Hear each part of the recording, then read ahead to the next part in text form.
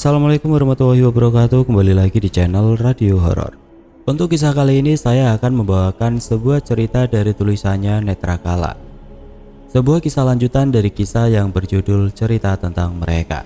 Dan untuk kisah kali ini yaitu sebuah kisah yang berjudul Labu Mayit. Dan sebelum kita lanjut ke ceritanya, tekan dulu tombol like video ini. Dan jangan lupa tekan juga tombol subscribe channel ini. Dan nyalakan juga lonceng notifikasinya agar tidak ketinggalan cerita-cerita lainnya dari channel ini. Dan buat teman-teman yang pengen membaca langsung ceritanya, nanti silahkan saja kunjungi linknya yang nanti akan saya sertakan di kolom deskripsi. Dan seperti apa untuk kelanjutan dari kisah ini, langsung saja kita masuk ke ceritanya.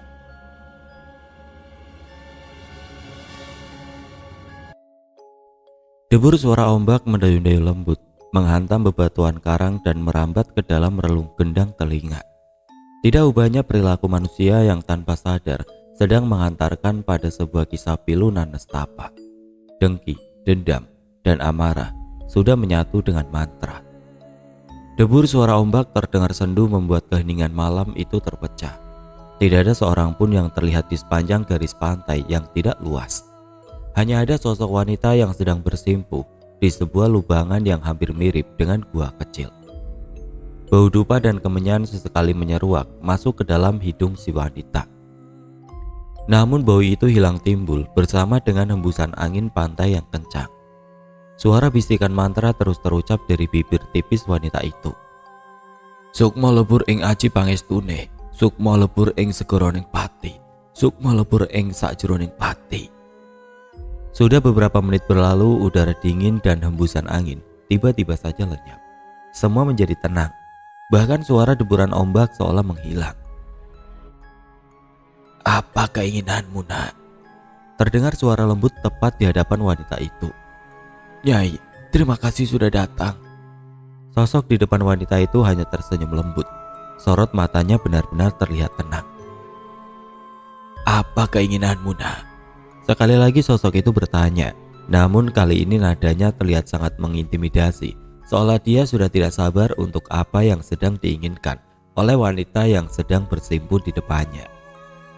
Labu mayit, Nyai, ucap wanita itu lantang. Kalau begitu, kamu sudah tahu aturan dan lelakunya. Aku tunggu kamu Sabtu Pahing bulan ini, ujar sosok tersebut yang langsung menghilang begitu saja. Kembali suasana menjadi riuh ramai, suara deburan ombak, kilatan petir dan angin yang berhembus begitu kencang. Bima tersentak, terbangun dari tidurnya. Sudah setahun semenjak peristiwa alas lali jiwa berlalu. Malam ini Bima memimpikan kembali pertemuan terakhirnya dengan Pak Arif. Ada rasa sesal, jengkel, rindu dan bahagia yang menyatu dan bercampur di dalam hatinya. Mimpi itu lagi. Pak Arif, kalau kangen Bima, datang langsung ke sini, ucap Bima. Sadar dengan apa yang diucapkan, Bima terkekeh dan merutuki kebodohannya. Kembali Bima membaringkan tubuhnya, tetapi matanya menyalang. Ingatan demi ingatan muncul silih berganti, bagai sebuah roll film yang diputar begitu cepat di kepalanya. Flashback. Bima Abhista Mahendra, 5 Januari 2007. Bima sudah memutuskan dengan niat dan tekad dia akan membawa Pak Arif untuk bisa kembali ke dunia mereka. Malam itu kebahagiaan yang seharusnya mereka rayakan sedikit berkurang dengan rasa sesal dan sedih akan pengorbanan Pak Arif. Bim, boleh duduk? Ucap Maya dengan suara yang terlihat cemas. Kenapa, Mbak? Duduk ya duduk saja, jawab Bima yang tengah duduk di salah satu bangku di taman belakang rumah budenya. Maafin aku ya Bim, karena keteledoranku semua jadi seperti ini, kata Maya. Percuma menyesali semuanya, Mbak. Tidak ada yang perlu disalahkan, ujar Bima dengan senyum tulus. Sesaat Bima melihat ada sesuatu yang ingin disampaikan oleh saudaranya itu. Cukup lama mereka diam. Aku ingat semua kejadian saat berada di alam mereka. Bahkan ketika kalian bertarung untuk menyelamatkanku, aku dengan jelas bisa melihatnya, ucap Maya. Bima hanya diam memperhatikan, menunggu apa yang sebenarnya ingin disampaikan oleh sepupunya itu. Aku melihat betapa mengerikannya perilaku Gendiswari. Wanita sialan itu benar-benar mengerikan. Jeritan dan tangisan dari Tumbal Gendiswari membuatku benar-benar ketakutan. Aku takut tidak bisa pulang. Aku takut tidak bisa kembali ke dunia kita. Lanjut Maya. Bima melihat ada air mata yang turun dari matanya yang cantik. Memang secara fisik, sepupunya ini dianugerahi kecantikan yang luar biasa. Sekarang sudah aman. Semua yang terjadi hanya bisa kita jadikan pelajaran, Mbak, ucap Bima. Dia sendiri juga bingung harus menjawab apa. Tidak tahu apa yang sedang dirasakan sepupunya itu. Ada satu hal yang belum aku ceritakan kepada kalian, ucap Maya. Kini dia memandang Bima lekat-lekat. Nampak sekali ada keseriusan dari sorot matanya. Maksudnya? Berhari-hari aku, ibu dan bule menunggu kalian. Tidak ada satupun yang bisa dihubungi.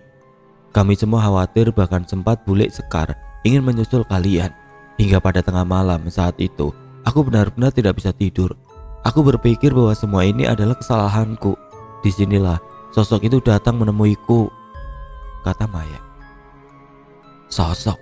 Sosok siapa, Mbak? Tanya Bima penasaran.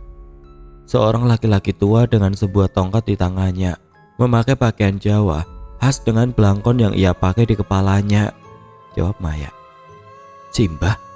Ujar Bima. Dia bingung apa yang terjadi saat mereka belum sampai di rumah. Kenapa Simbah tiba-tiba mendatangi Mbak Maya? Kau tahu siapa orang itu, Bim? Tanya Maya.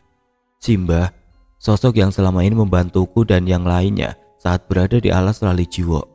Kenapa dia mendatangimu? Tanya Bima. Dia benar-benar penasaran saat ini. Ditengoknya para orang tua sedang sibuk dengan makanan dan minuman yang sedang mereka siapkan. Bima berpikir akan jauh lebih baik jika mereka tidak tahu tentang kejadian ini. Dia mengatakan, kalau kalian baik-baik saja, bersiaplah karena semua sudah merupakan takdir Tuhan. Dan sejenak Maya menghela nafas. Bima menunggu apa yang akan selanjutnya Mbak Maya katakan. Dan sekarang aku bisa melihat mereka sama sepertimu, ucapnya dengan nada ketakutan. Jantung Bima serasa merosot dari tempatnya. Misteri apa lagi ini? Apakah masih ada hubungannya dengan apa yang dikatakan Gendiswari tentang darah Sangaraja? Bima ingat perkataan dari Kromo Sengkono bahwa memang awalnya dia mengira bahwa Maya yang akan dia jaga. Suara bising kendaraan bermotor saling beradu pagi itu. Entah ini hanya perasaan Bima saja atau memang kota tempatnya hidup semakin padat. Sudah puluhan kali juga Sekar meminta Bima untuk menggunakan kendaraan yang sudah disediakan untuknya. Tapi tetap saja Bima menolak. Baginya, duduk di halte menunggu angkutan umum yang akan membawanya ke sekolah menjadi sensasi tersendiri. Ayo Magisan, Magisan, ucap salah seorang kenek. Bima yang sudah lama menunggu langsung saja masuk ke dalam angkot tersebut. Tidak menghiraukan kalau di dalamnya sudah penuh sesak dengan para pelajar. Perjalanan menuju ke sekolahnya pagi ini benar-benar membuat Bima merasa tidak nyaman. Sedari tadi ia hanya diam, memandang ke arah luar. Pikiran liar silih berganti dalam benaknya. Ada sesuatu yang mengganjal. Namun Bima tidak bisa mengetahui apa yang sebenarnya sedang ia rasakan. Sejenak Bima memejamkan matanya, mencoba untuk benar-benar merasakan perasaannya. Namun tetap saja dia tidak bisa menafsirkan itu semua. Tersadar dengan lamunan, ternyata angkot yang dia tumpangi sudah hampir sampai jalan masuk menuju sekolahnya. Jam sudah menunjukkan pukul 6:50, yang berarti 10 menit lagi gerbang sekolah akan segera ditutup oleh Pak Ogi, satpam yang menjaga sekolah. Seorang laki-laki tua yang tegas dan begitu menyebalkan menurut Bima. Bima berjalan begitu cepat hampir setengah berlari. Suara klakson motor jelas sekali berbunyi tepat di belakangnya. Menoleh, ternyata itu adalah Mbak Maya. Buruan ayo, ucapnya. Tanpa menunggu lama, Bima langsung melompat duduk di jok motor milik sepupunya itu. Pelan-pelan kenapa Pak? Sungut Maya saat merasa tiba-tiba saja beban kuat yang menekan jok motor miliknya. Udah buruan, nanti telat, ujar Bima tersenyum. Pagi ini dia selamat dari siksaan Pak Ogi dan guru BP yang menyebalkan itu. Bima ingat beberapa waktu setelah Maya sadar, tidak ada kabar apapun dari sepupunya itu. Hingga pagi itu, Bima dikagetkan dengan kedatangan seorang murid baru di kelasnya. Wanita yang selama ini Bima kenal dan jelas sekali akan membuat semua pergerakan Bima di sekolah akan terbatas. Benar, seorang Maya Paramesti Suganda tanpa ada angin dan hujan tiba-tiba saja memutuskan untuk satu sekolah dengan Bima. Bukan hal yang sulit memang. Pak Ade Wawan yang memiliki koneksi di kotanya menjadikan semuanya menjadi lebih mudah. Kebiasaan bengong, ayo turun, sungut Maya yang mendapati Bima masih betah nangkring di atas motornya. Padahal sudah dari tadi dia turun dan memperhatikan Bima. Lah, sudah sampai, ucap Bima bingung. Terserah kamu Bim, ujar Maya yang langsung pergi ngeloyor meninggalkan Bima. Segera saja Bima turun dari motor dan bergegas menyusul sepupunya itu. Suasana ramai nampak jelas sekali, bukan hanya dari siswa yang bersekolah di situ, namun sosok-sosok mereka juga turut serta menambah keriuhan pagi ini. Sesampainya di kelas, Bima langsung mengedarkan pandangannya. Tersenyum, dia melangkah menuju bangku paling ujung dekat dengan jendela. Namun baru beberapa saat melangkah, Bima berhenti. Dipandanginya lekat-lekat laki-laki yang sedang duduk di bangku yang sedang Bima tuju. Panji, kenapa? Batin Bima. Bima melihat ada sebuah asap tipis kehitaman yang keluar dari atas kepala Panji. Bima sendiri cukup yakin dengan apa yang dia lihat. Ingatan tentang kejadian saat Maya ditempeli Gendiswari membuatnya langsung bersiaga. Jika memang ada sosok yang mengganggu, dia akan langsung menariknya dari tubuh sahabatnya itu. Ci, sehat kamu? Sapa Bima saat sudah duduk di bangku favoritnya. Bangku yang dulu selalu ia hindari. Kenapa emang? Sehat kok, jawab Panji dengan mengerutkan dahinya. Gak apa-apa, cuma kelihatan pucat kamu, kata Bima. Panji yang mendengar itu tidak menjawab dan segera menidurkan kepalanya di atas meja. Tidak mau bertanya lebih, ia mencoba untuk mendeteksi keberadaan makhluk astral di sekeliling Panji. Namun dia tidak melihat apapun.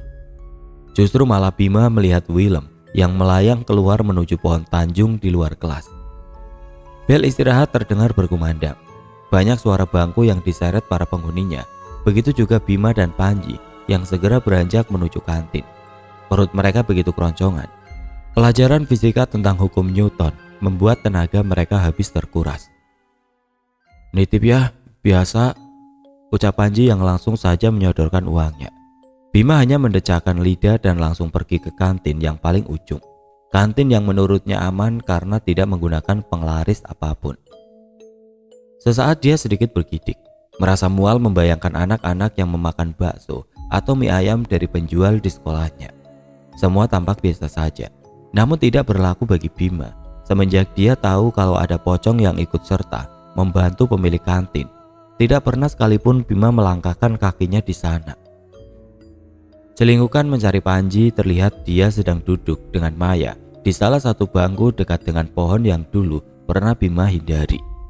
Tapi setelah semua kejadian yang dia alami, justru dia terkekeh sendiri dan segera berjalan menuju ke arah mereka. Bim, udah lihat pengumuman? Tanya Maya saat melihat Bima duduk di sebelahnya. Belum, ada apa emang? Jawab Bima. Memang dari Bima bersekolah di sini, tidak pernah sekalipun ia menengok papan pengumuman. Semua informasi pasti sudah dia dapatkan dari Panji. Besok Sabtu Minggu diadakan persami di sekolah. Semua murid kelas 2 diwajibkan untuk ikut, ucap Panji malas. Sedang Bima, jelas dia lebih milih untuk tidur di rumah. Udah kalian ikut aja daripada dapat masalah, ujar Maya dan langsung menyambar mangkok bakso milik Bima. Hari berganti dengan cepat. Kini Bima tengah duduk di ruang keluarga milik orang tuanya. Sudah ibu siapin semuanya, nanti jangan lupa kabarin kalau ada apa-apa, ucap Sekar sambil menaruh tas ransel milik Bima. Bu, Bima cuma semalam loh di sekolah, kan pasti juga ada guru di sana, ucap Bima jengah. Memang sejak kejadian Alas Lali Jiwo, Sekar lebih banyak di rumah dan perhatiannya menjadi luar biasa. Ya, hampir saja Bima mengatakan menjadi menyebalkan. Udah Bim, nurut saja sama ibumu itu, ucap Bayu. Bima hanya mengangguk, tidak ingin melanjutkan perdebatan. Jelas sekali awalnya Bima tidak mau ikut, terlebih harus bermalam di sekolah. Bukan karena dia takut, hanya malas jika harus berinteraksi dengan mereka. Tapi Maya yang sebagai dalang dari semua ini bersikukuh agar Bima dan Panji harus ikut. Tidak bisa menolak, akhirnya mereka berdua mengikuti kemauan wanita itu. Jadi nanti kita tidur di atas meja, terus mandi di toilet sekolah, ucap Panji saat mereka sudah duduk di sisi lapangan di bawah pohon tanjung yang rimbun. Gak usah macem-macem daripada nanti bonyok, ucap Maya yang seolah tahu apa yang sedang Panji pikirkan. Nyengir karena niatnya ketahuan. Panji langsung merepet tidak jelas, sedang Bima dia masih diam. Entah kenapa perasaannya begitu tidak nyaman. Kegiatan dimulai dari dikumpulkannya para siswa di tengah lapangan. Di bawah teriknya panas matahari, Bima terus saja mendecakkan lidahnya. Dia benar-benar tidak suka kegiatan seperti ini. Seharusnya dia sudah enak tiduran di kasur dan membaca buku-bukunya. Sial, kenapa mesti dibagi per kelompok sih? Ucap Panji yang ada di sebelah Bima. Kenapa emang? Tanya Bima penasaran. Baginya, tidak masalah dia harus berkelompok dengan siapa saja.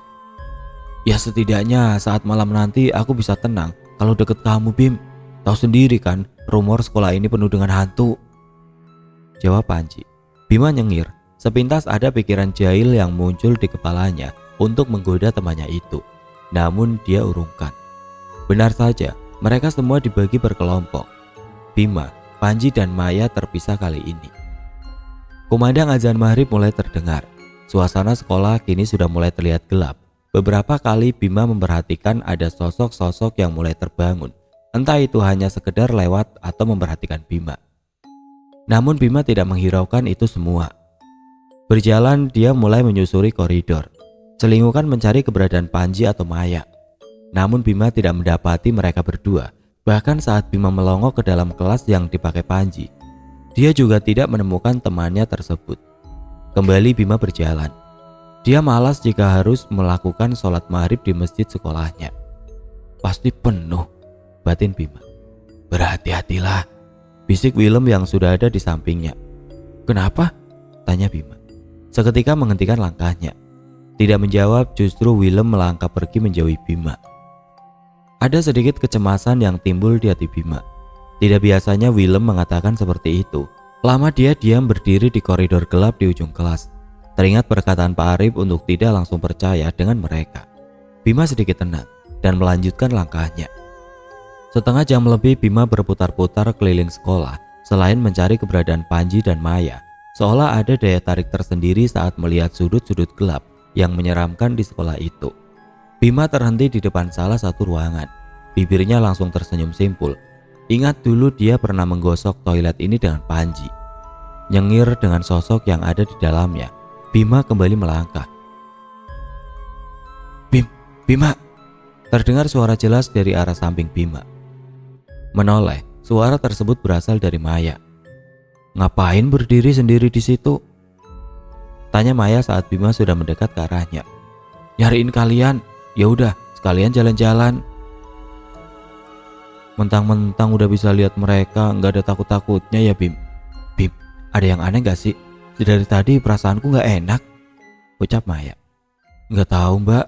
Tadi Willem juga mengatakan kalau aku diminta untuk berhati-hati, ujar Bima.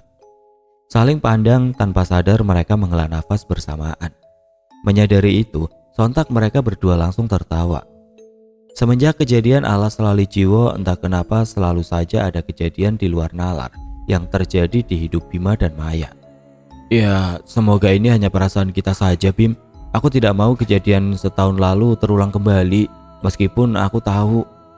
Maya tiba-tiba saja berhenti dan menatap Bima. Ada raut kegelisahan yang terpancar dari sorot matanya. Bima menunggu apa yang akan dikatakan sepupunya itu. Apa kau masih berniat untuk menyelamatkan Pak Arif? Ucap Maya lirih. Bima sekali lagi menghela nafasnya. Tidak ada yang bisa merubah keputusanku, Mbak. Cuma kamu yang tahu apa niatanku saat ini. Kau tahu sendiri bagaimana kita belajar untuk bisa mengendalikan ini semua, ucap Bima. Maya termenung. Benar, setelah dirinya tiba-tiba saja bisa berinteraksi dengan mereka. Beberapa hari kemudian, Bima langsung mengenalkannya kepada sosok Romo Sengkono, batin Maya. Dia melihat kesungguhan anak laki-laki yang ada di sampingnya itu. Tersenyum, dia langsung mengusap-ngusap kepala Bima. Ngapain kalian di situ berduaan? teriak salah satu senior. Sontak Bima dan Maya langsung terlonjak berdiri. Sial, dapat masalah, ucap Bima. Sedang Maya hanya nyengir. Malah pacaran, ayo ikut, ucap senior laki-laki itu sok galak. Bima hanya menyipitkan matanya dan berjalan mengekor di belakangnya. Angin tiba-tiba saja berembus dengan kencang. Seketika perasaan Bima tersentil akan sesuatu. Dia hafal dengan sensasi ini. Menengadah ke arah kanan dan kiri, Bima tidak mendapati apapun. Sedang Maya seolah tersentak. Tiba-tiba saja ia menundukkan pandangannya.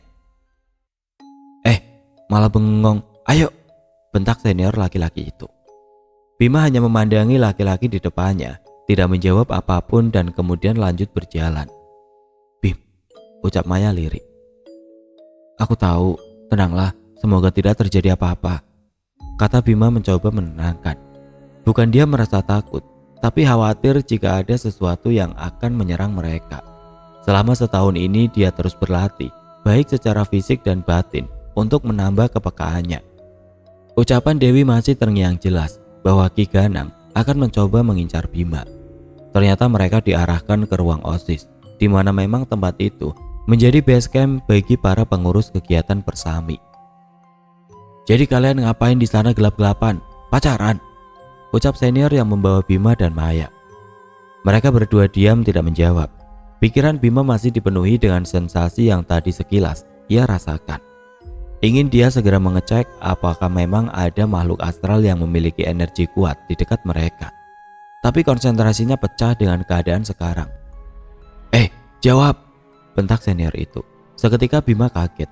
Hampir saja dia lepas diri, namun tangan Maya memeganginya.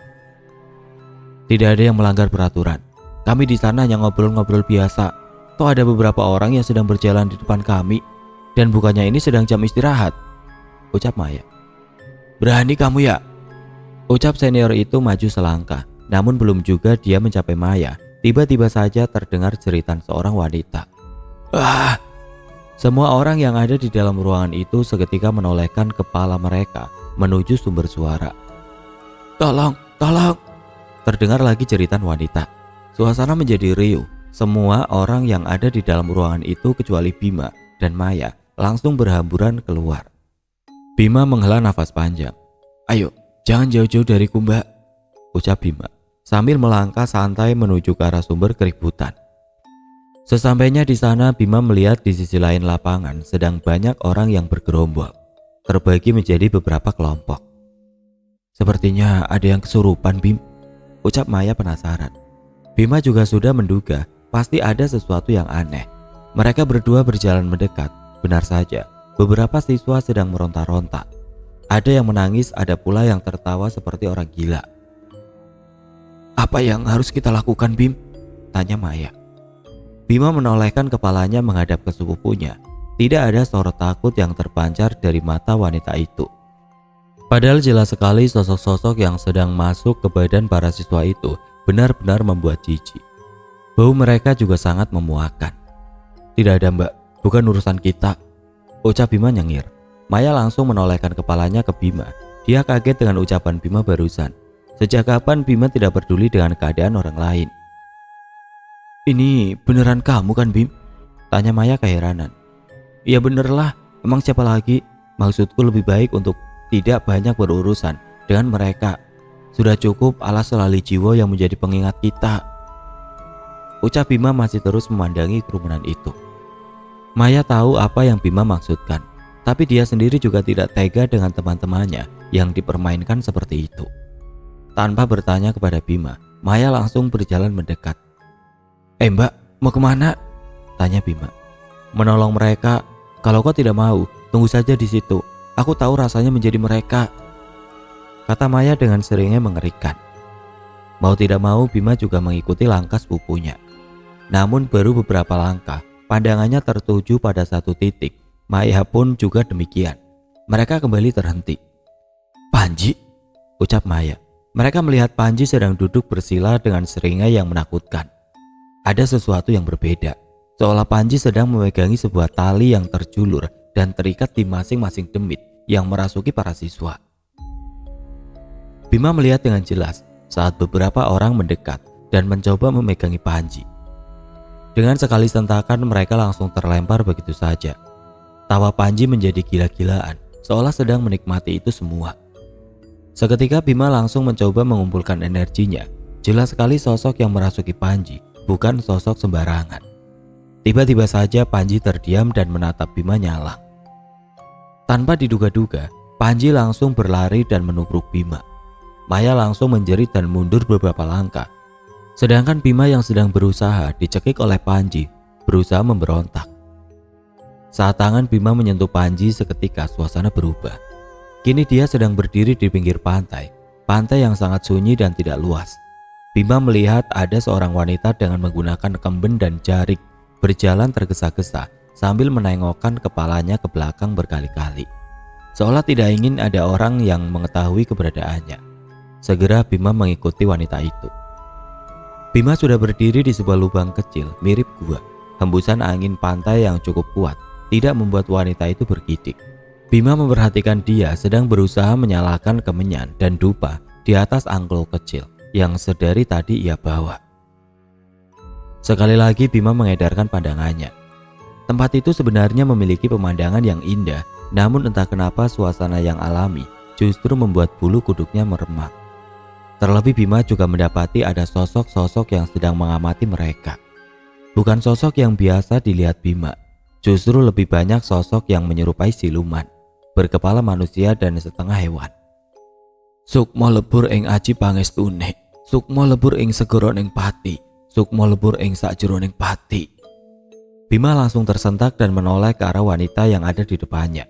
Saat perempuan itu mengucapkan sesuatu yang tidak ia pahami, tiba-tiba saja ada energi besar yang mendekat. Bahkan tanpa sadar, tubuh Bima gemetar dengan sendiri.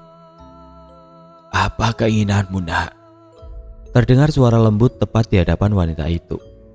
Nyai, terima kasih sudah datang. Sosok di depan wanita itu hanya tersenyum lembut. Sorot matanya benar-benar terlihat tenang. Apa yang kamu inginkan, Dok? Sekali lagi sosok itu bertanya.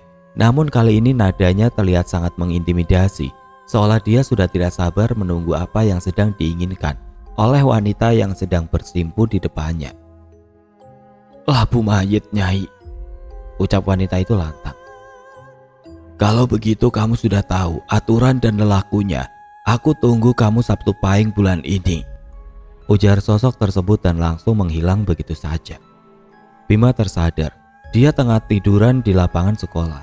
Sosok Panji sudah entah kemana. Nafas Bima memburu. Bima begitu panik dengan apa yang barusan dia lihat. Bahkan energi Dewi tidak sebesar ini. Tiba-tiba saja tangan kanan Bima terasa begitu panas. Dia tahu tombak cempoko kuning sedang bereaksi. Kamu gak apa-apa?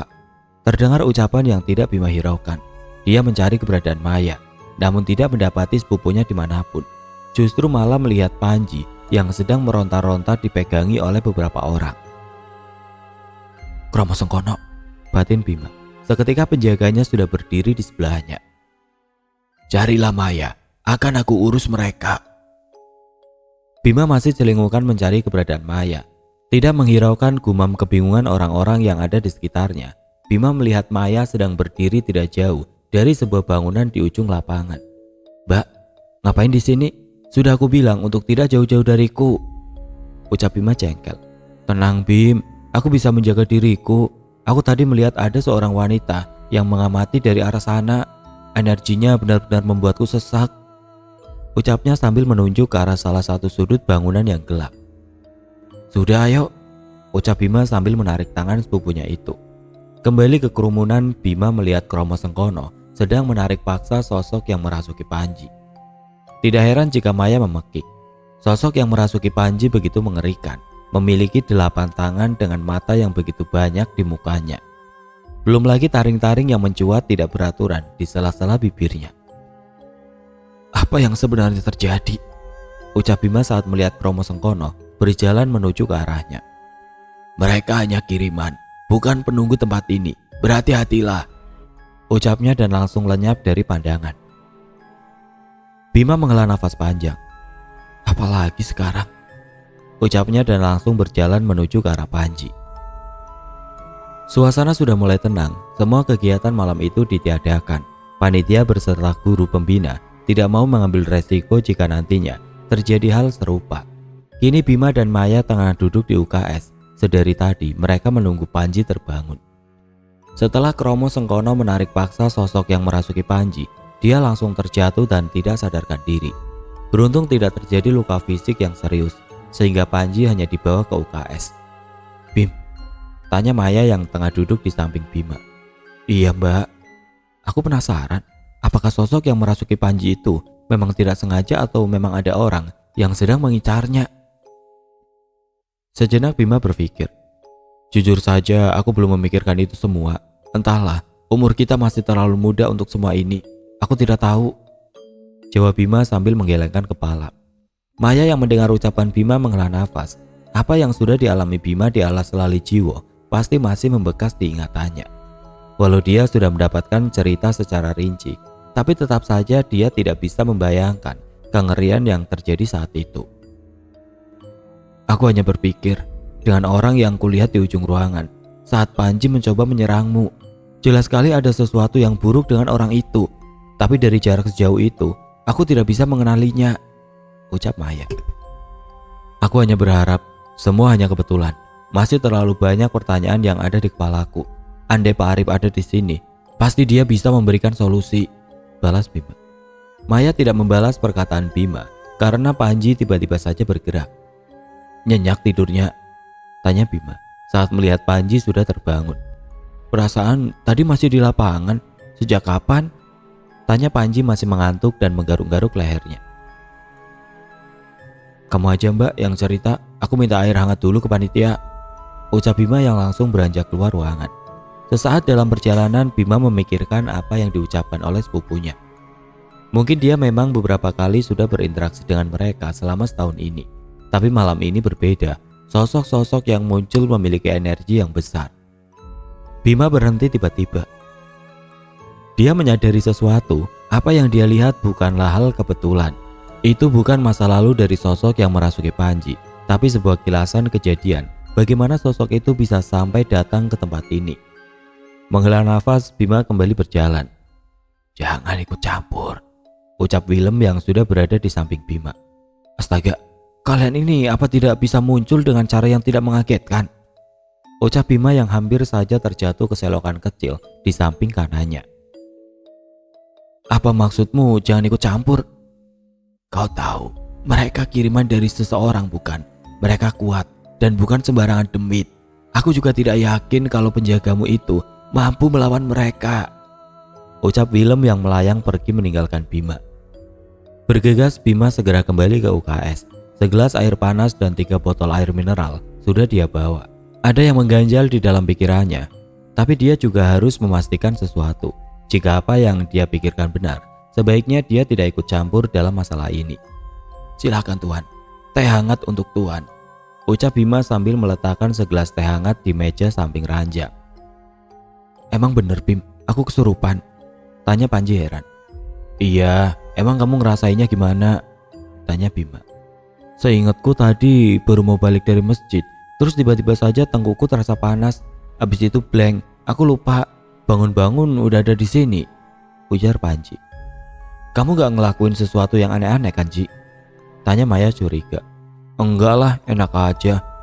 Ada niat ngintipin cewek-cewek, tapi gak jadi kok, beneran swear," jawab Panji nyengir. Sementara Bima dan Maya hanya mendengus. Paginya semua peserta dipulangkan. Kegiatan yang seharusnya berjalan hingga sore akhirnya dibatalkan. Ada rasa bahagia yang muncul di dalam diri Bima. Dia sudah membayangkan bisa tidur siang dengan nyenyak di atas kasur di kamarnya. "Mukamu masih pucat gitu Ci?" ujar Bima saat mendapati muka temannya terlihat pucat. "Nggak tahu Bim, sedari tadi malam rasanya lemes banget dan jadi gampang ngantuk," jawab Panji. Mendengar itu Bima mencoba berkonsentrasi melihat jika masih ada energi negatif yang tertinggal dari sosok yang merasuki Panji. Namun sekali lagi Bima tidak mendapati itu. "Kenapa Bim?" tanya Panji yang melihat Bima terdiam. "Enggak, ayo aku anterin aja pulangnya, sekalian mampir, sudah lama gak main ke rumahmu," ucap Bima yang langsung mengeluarkan handphonenya untuk menghubungi Maya. Mereka bertiga kini sudah berada di perjalanan menuju rumah Panji. Terpaksa motor milik Maya harus dititipkan di sekolahan karena mereka memutuskan untuk memesan taksi. Tidak banyak obrolan yang terjadi di antara mereka. Bima melihat kondisi Panji yang semakin pucat. 20 menit perjalanan akhirnya mereka sudah sampai di salah satu perumahan. Nampak jelas rumah Panji yang cukup besar dengan gaya modern dan banyak sekali tanaman yang menghiasi bagian depan rumahnya. "Ayo mampir dulu," ucap Panji yang mencoba membuka gerbang rumah miliknya. Bima mencoba untuk membantu Panji, tapi Maya berdiri mematung dan terus melihat rumah Panji dengan pandangan yang aneh. Seolah-olah dia sedang bingung dengan apa yang dia lihat. "Mbak, ayo, kok malah bengong?" ajak Bima, karena melihat saudarinya itu masih saja dia memandangi rumah. "Kamu gak ngerasa, Bim?" tanya Maya lirik saat berjalan masuk ke dalam rumah. Bima hanya menggeleng, dia tidak merasakan sesuatu yang aneh. "Semoga hanya perasaanku saja," ucap Maya. "Bapak sama ibu kemana, Ci?" tanya Bima, yang sudah duduk di salah satu sofa di ruang tamu rumah Panji. "Bapak mah kerja, ibu paling sebentar lagi pulang. Biasa mak-mak belanja pagi," ucap Panji saat menaruh minuman dan beberapa cemilan. Sudah beberapa kali Bima datang ke rumah Panji.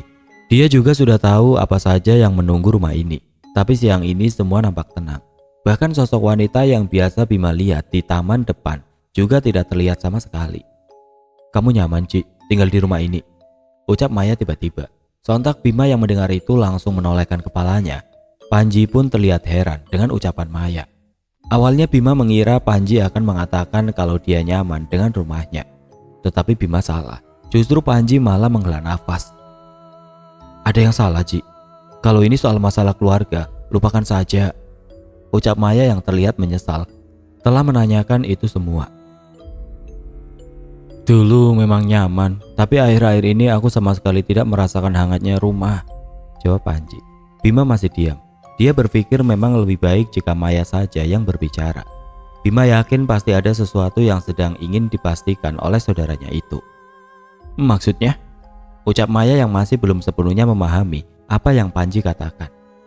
"Kita bicara di luar saja, jadi aku bisa melihat kalau ibuku sudah pulang," ujar Panji, yang sepertinya tidak mau kalau ibunya sampai tahu dia sedang menceritakan sesuatu tentang keluarganya. Kini mereka bertiga sudah duduk di bangku di teras rumah Panji. Untungnya jarak teras rumah dengan jalan cukup jauh, jadi tidak mungkin ada orang yang mendengar perbincangan mereka. "Sudah beberapa bulan ini Bapak menjadi aneh dan hampir aku tidak mengenalinya. Awalnya aku mengira sedang ada permasalahan dengan pekerjaannya. Hingga keributan mulai terjadi. Ibu dan bapakku mulai bertengkar satu sama lain," ucap Panji murung. Bima tidak bisa banyak berkomentar. Walaupun dia selama ini sering ditinggal oleh orang tuanya, tapi hubungan keluarganya bisa dibilang baik-baik saja. "Terlebih aku juga sering mendengar ada sesuatu yang aneh. Hampir setiap malam aku mendengar ada suara geraman yang mengitari rumah. Awalnya aku kira itu kucing atau anjing, tapi saat aku mencoba memastikan, tidak ada seorang pun di luar," lanjut Panji. "Benar kan? Ada sesuatu yang aneh dengan rumahmu. Aku tidak tahu apa itu, tapi ada yang aneh," ucap Maya. "Maksudnya, Mbak?" sambar Bima, yang sebetulnya dia paham dengan maksud Maya. "Beneran? Kamu gak ngerasa?" ucap Maya memastikan. Bima menggeleng, dia sama sekali tidak merasakan apapun. "Aneh, aku dari tadi merasakan kalau ada sesuatu yang memperhatikan kita. Terlebih perasaanku terasa begitu sesak. Aku juga tidak melihat apapun di sini, tapi jelas ada sesuatu yang sedang terjadi di rumahmu, Ci," ucap Maya lantang. Panji yang mendengar itu hanya tersenyum kecut. Apa yang sedang dia takutkan menjadi kenyataan. Belum sempat mereka meneruskan pembicaraan, terdengar ada suara motor yang masuk ke halaman rumah. Nampak seorang wanita parubaya sedang turun dari motor dan menenteng plastik berisikan sayuran. "Loh, udah pulang? Katanya sampai sore." "Sudah dari tadi, Bim," tanya Bu Eni sambil menyunggingkan senyum ramah. Bima yang sudah mengenal Bu Eni langsung menyambut tangan wanita itu, tapi berbeda dengan Maya. Dia belum pernah bertemu dengan Bu Eni. Mungkin ada sedikit rasa canggung. Namun saat Bima melihat Maya menyambut uluran tangan Bu Eni, Maya sedikit tersentak seperti sedang menahan sakit. "Ada apa, Mbak?" ucap Bima. buru-buru saat Panji diminta untuk membawakan barang bawaan ibunya. "Nanti aku jelasin Bim, ada yang aneh dengan rumah ini," jawabnya buru-buru. Bima penasaran sebenarnya apa yang terjadi.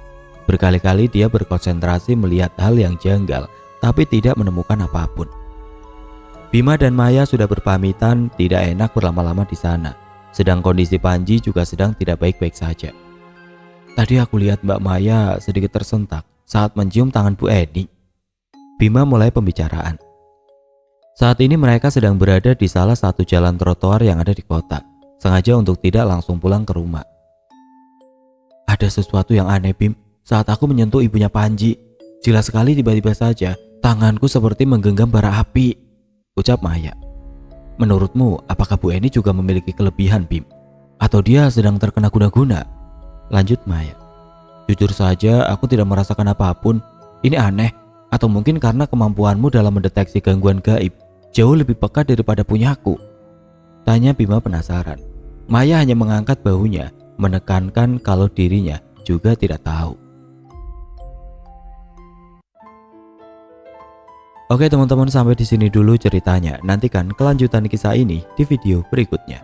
Agar tidak ketinggalan, klik tombol subscribe channel ini dan nyalakan lonceng notifikasinya. Wassalamualaikum warahmatullahi wabarakatuh.